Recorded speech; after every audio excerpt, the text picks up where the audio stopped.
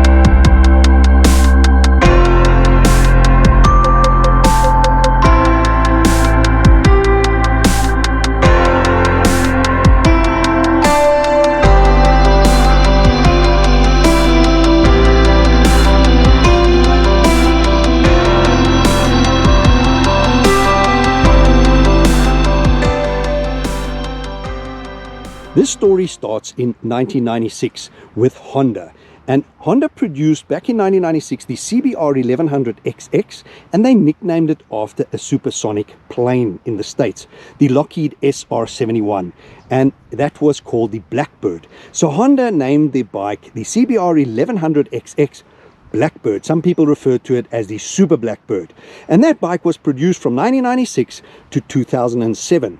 The reason Honda produced this bike was to beat and challenge Kawasaki's Ninja ZX1100 at the top speed and power race. Now, they succeeded and gained the title of world's fastest production motorcycle with this model, and they attained a top speed of 177 mile an hour, which is 285 kilometers per hour, stock standard production motorcycle.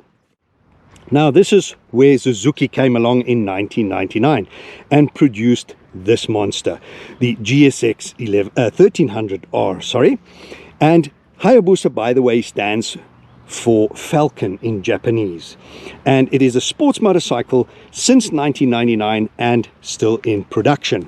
Now, back in 99, straight out the box, they got a top speed of 303 to 312 kilometers per hour, breaking the 300 kilometer per hour barrier, stock standard, out the box, unmodified, which equates to 188 mile an hour to 194 mile an hour.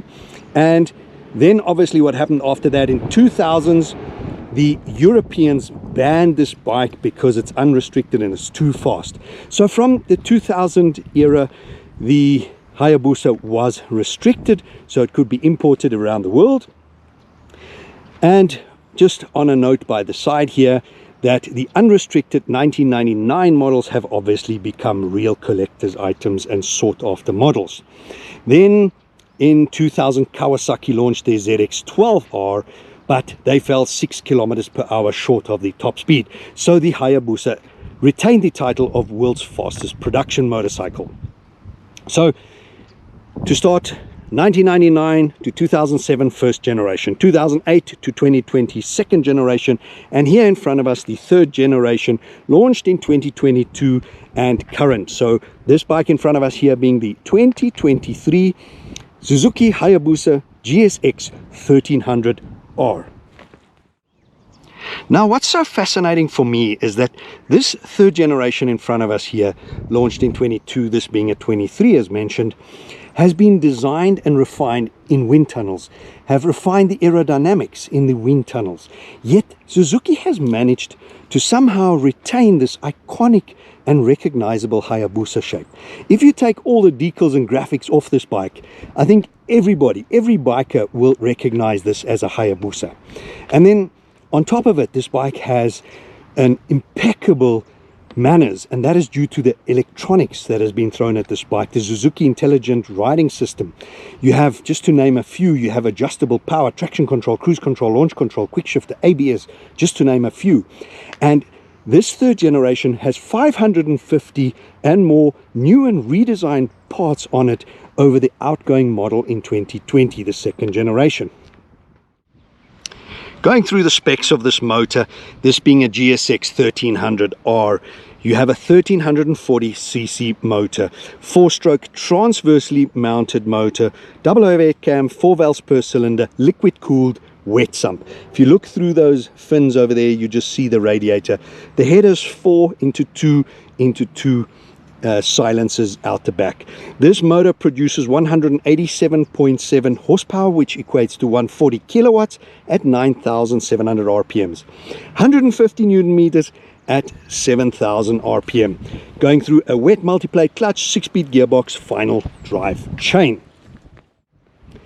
The suspension up front, you have the inverted KYB telescopic forks, fully adjustable.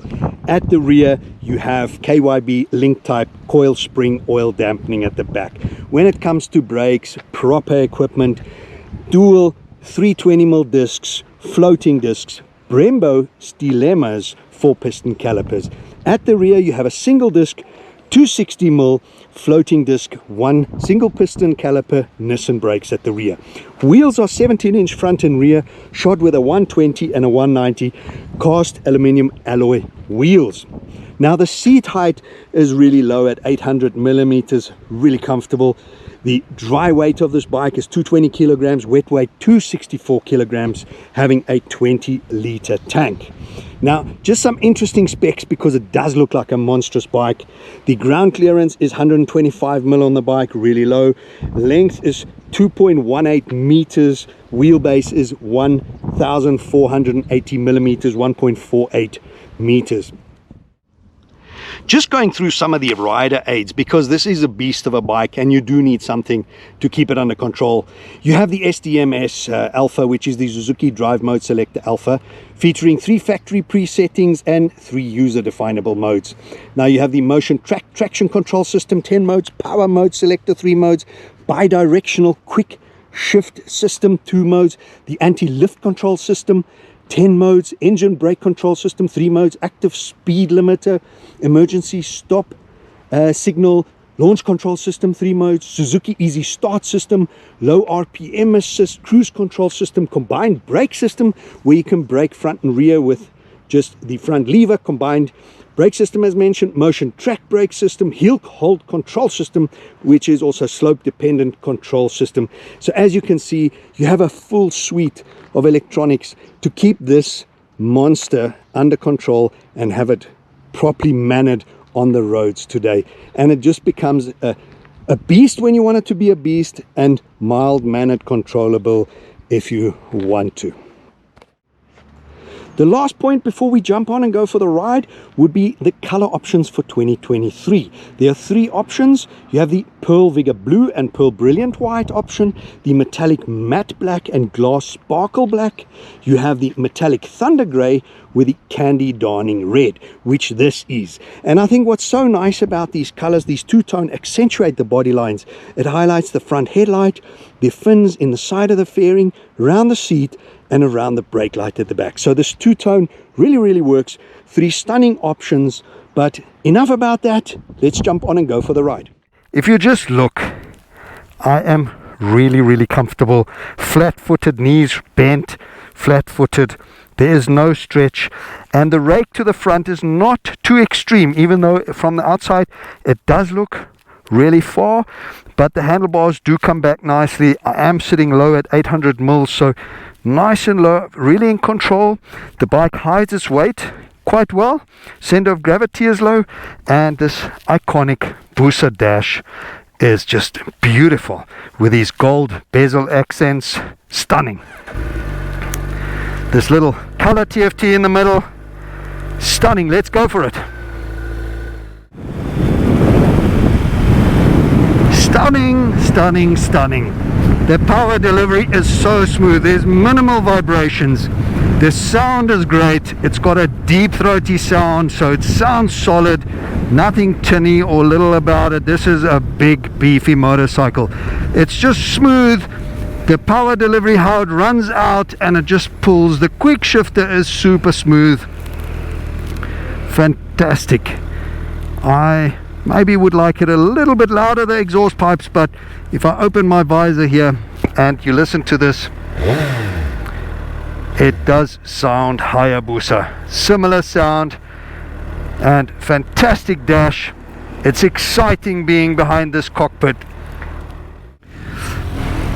Finding neutral, easy on this bike. Nice big green N in the middle of that little TFT. Have a look at how bent my knees are and flat-footed. Really low in the bike. You sit inside the bike, low. These handlebars are like clip-on style, down and back towards you. They're not too low like these super bikes where it's the height of your hips. It's still higher than your hips. The rake to the front is not too extreme. So externally, standing on the side, having a look at the bike, visually it does look like a big bike, pretty much a behemoth, a monster, and it does look heavy as well. Once you're on the bike, it really does hide its weight very well. I think that's due to the low center of gravity, because you're even sitting low in the bike, so it hides its weight well. It feels pretty nimble. I mean, I wouldn't call this nimble. It's a big bike, but very, very controllable. Gone are the days where you have this as a drag bike and a straight line missile. This thing could actually be a canyon carver and actually could do a couple of laps around the track. I mean, it is really, really nimble, controls, catches the bend nicely, and it's little input required to turn this bike. Very stable on the front end. Brakes, I must say, fantastic. You cannot go wrong with Brembo's dilemmas. You have full floating discs. There's no snatching, biting. Very progressive, good feel on the brakes. You can feather them to retard a little bit. You can grab a handful, and the Hayabusa has the dual braking, so on one lever you can actuate front and rear brake simultaneously. So I think everything is thought of and catered for. And on that point, the dash. Today everything has a square or rectangular color TFT, and thumbs up to Suzuki for keeping their iconic retro with a bit of a modern spin TFT in the middle, but they have kept this old school look about the Hayabusa. They're true to the Hayabusa DNA and not this full TFT display. Really, I must say, thumbs up to Suzuki. I like this. I like the little chrome bezels on the outside, just highlights everything. You've got the gold repeated on the inside of the TFT, and just all round stunning motorcycle. Nice sound, throaty, deep, sounds solid and smooth. Smooth. Have a look at this.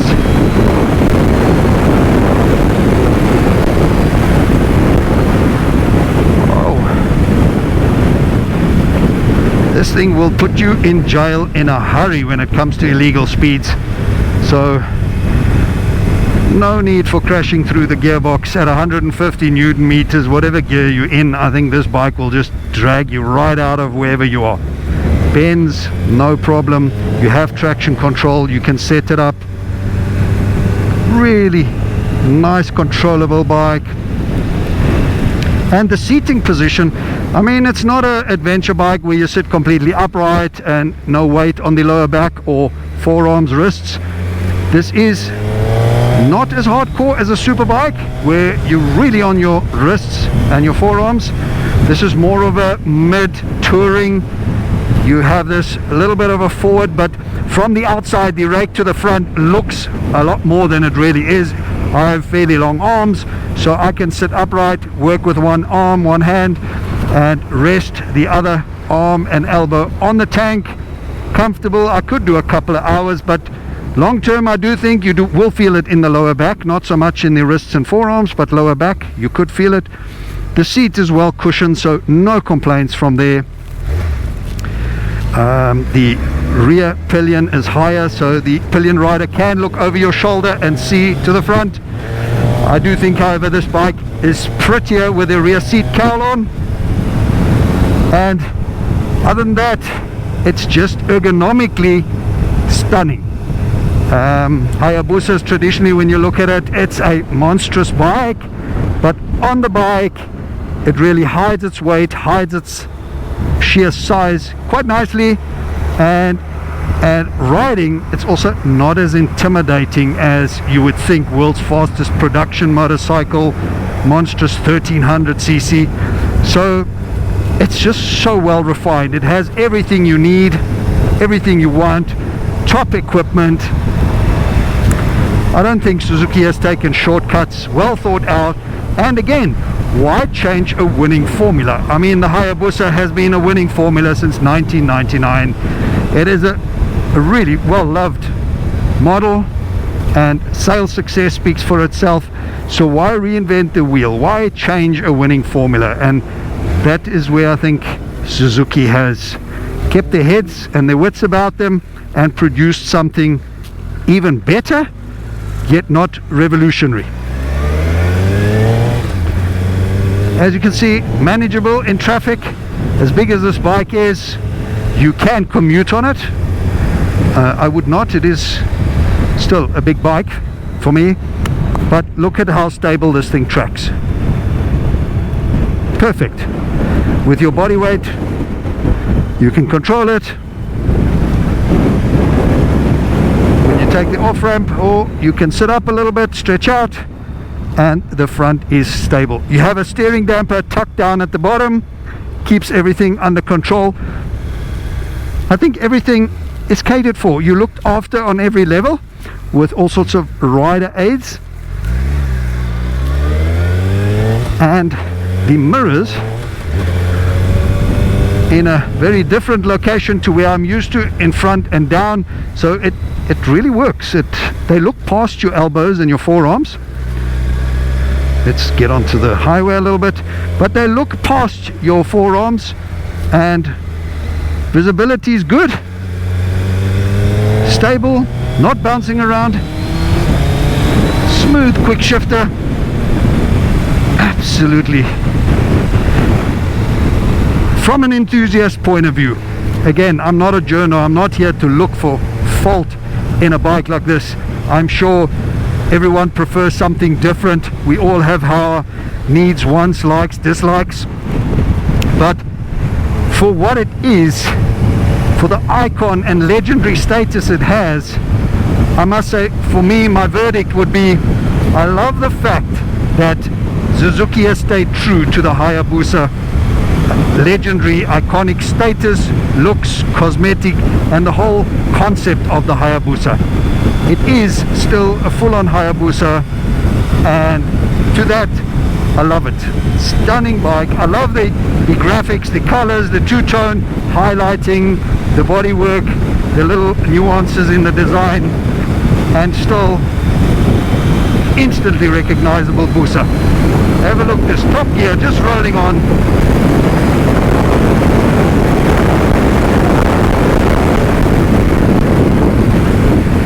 This is insane. When they lock you up, they throw the keys away.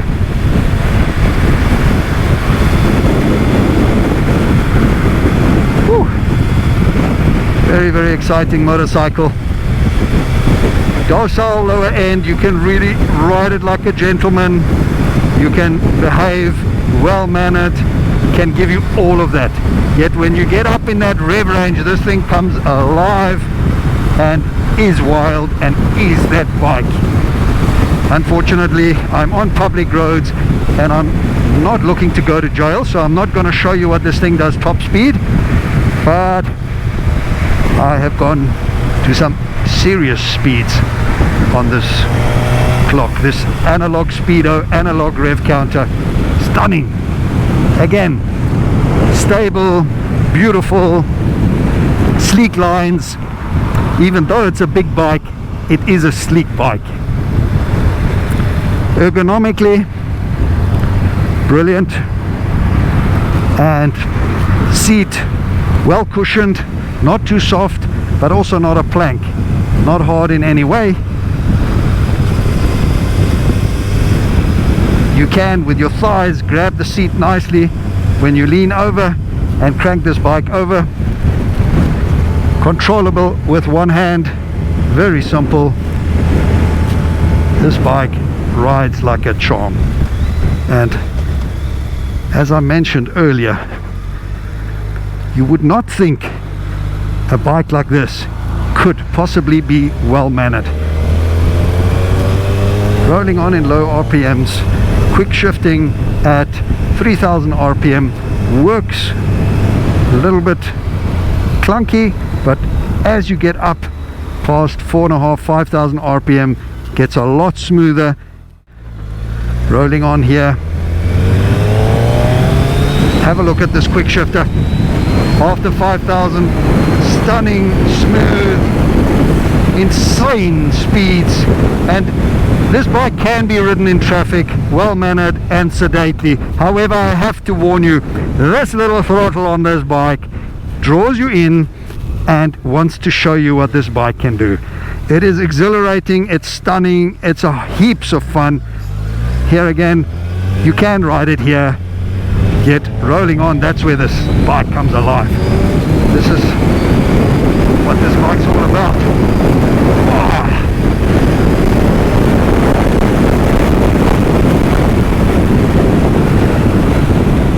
This is it is crazy. Who would want to ride this bike sedately and well mannered and commute? It is just refreshing that something like this is street legal. I love it. Do I have the self-control for a bike like this to commute with it and ride it every day? Definitely not. But have a look at this, lane splitting, rolling on, not a problem, and not intimidating at all. Finding neutral, easy. Ergonomically, you're comfortable. As I mentioned, have a look at the foot, have a look at how bent this knee is. If you look, the thigh fits nicely under the tank ridge over here, tucks in into this fairing. Wind resistance, the deflection, the fairing works super efficiently. As I mentioned earlier, the cooling inside the radiator, the efficiency on this fairing has been much improved. Motor stays cool.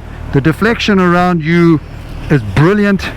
There's hardly any buffeting on your legs, your clothing.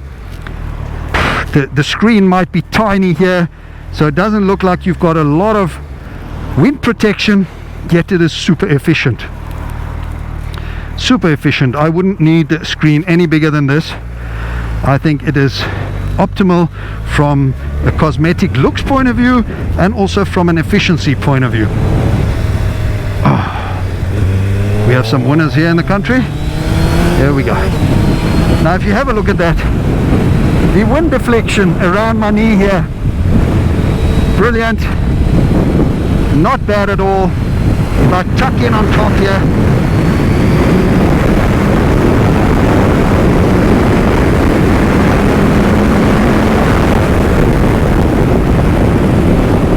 wow, and the stopping power is brilliant on this bike, brilliant.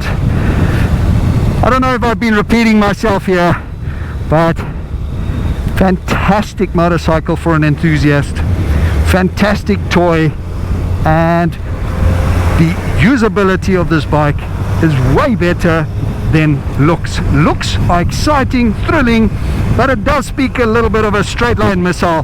However, I can guarantee you guys, this bike handles superbly, it runs nicely.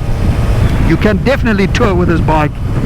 An all-round brilliant piece of kit, and love the the legendary, iconic looks they've kept about this bike.